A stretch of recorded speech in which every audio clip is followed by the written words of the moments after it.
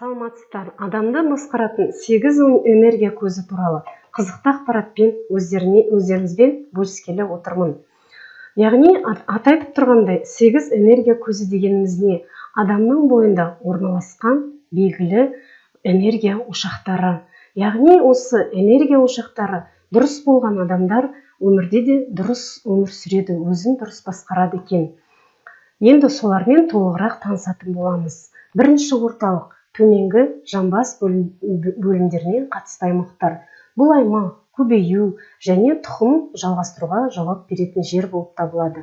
Бұл жермен эстроген, прогестерон, тестостерон сияқты гормондар байланысты. Осы аймақпен креативті ойлар да байланысады. Бұл орталық баланста болған кезде өмір өз жалғасымын табады.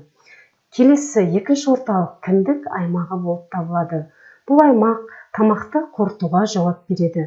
Тамақты энергияға айналдыратын аймақ, яғни қандағы қан құрамын бақылайды екен.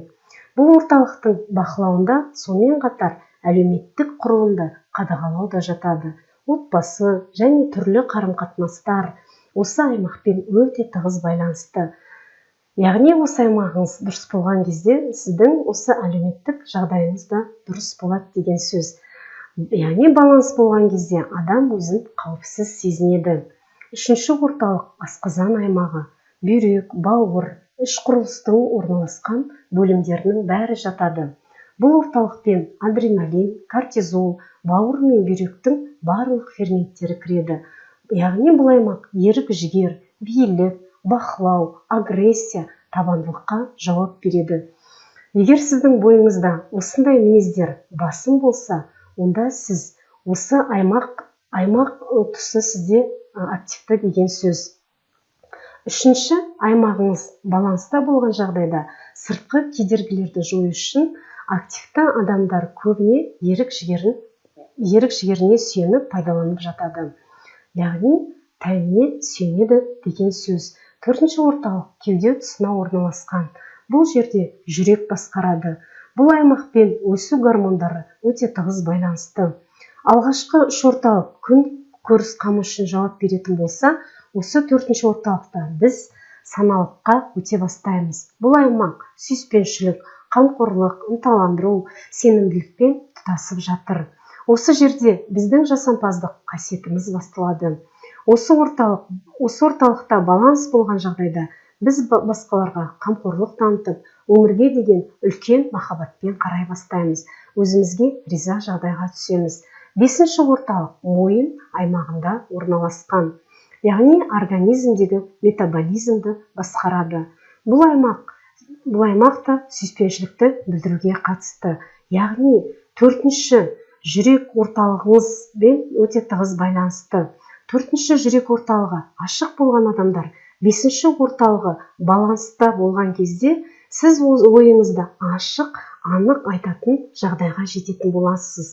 Өмірге деген ризашылық сезіміңіз сондай көбейіп, айналамен, бармен бөліскіңіз кеп, айтқыңыз келіп тұрады. Алтыншы орталық мойын мен желке тұсына жақын аймақ болып табылады. Бұл жер, яғни біреулер оны үшінші көз деп те атайды. Ол жоғары өлшемді, өмірді саралайтын, яғни көздегі шелді алып тастап, айналадағы нақтылықты анық көретін жағдайға жететін адамдар.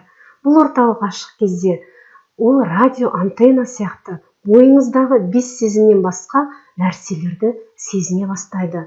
Бұл жерде серотонин, мелатонин сияқты гормондар бөліне бастайды. Эпифиз барлық электромагнитті толқындарға әсерленгіш болады. Осы эпифиз баланста болған кезде адамның миы дұрыс жұмыс жасай бастайды. Сыртқы және ішкі көңіл күйді дұрыс басқара бастайсыз. Жетінші орталық бастың аймағында орналасқан. Бұдан гипофиз бөлінеді. Бұл басты көрсеткіш болып саналады. Бұл жерде адамның жоғары сипаттары туындай бастайды. Гипофиз баланста болған кезде адам барлық нәрсемен үйлесімде, яғни гармонияда өмір сүре бастайды. Сегізінші орталық бастың жоғарғы жағында орналасқан. Ол тәнге мүлде тәуелсіз орталық болып табылады. Ол сіздің ғарышпен байланысты күшейтетін орталығыңыз болады. Бұл орталық ашық болған кезде адам кванттық әлемнен келетін ақпаратты кез келген уақытта қабылдауға дайын болып өмір сүреді. Яғни осы 8 орталықтың барлығы адамның тәнінде орналасқан. Адам қай тәнде, қай орталықта, қай энергия көзінде өмір сүріп жатқанын білу үшін осы сипаттарға байланысты болып табылады. Келесі бөлімде мен осы сипаттарға тағы да толығырақ, яғни қай бөлімде, қай деңгейде адамның өмір сүретінін, қалай үйлесім тауып өмір сүріп жатқандары туралы ақпаратты бөлісетін боламын. Сау саламат болыңыздар.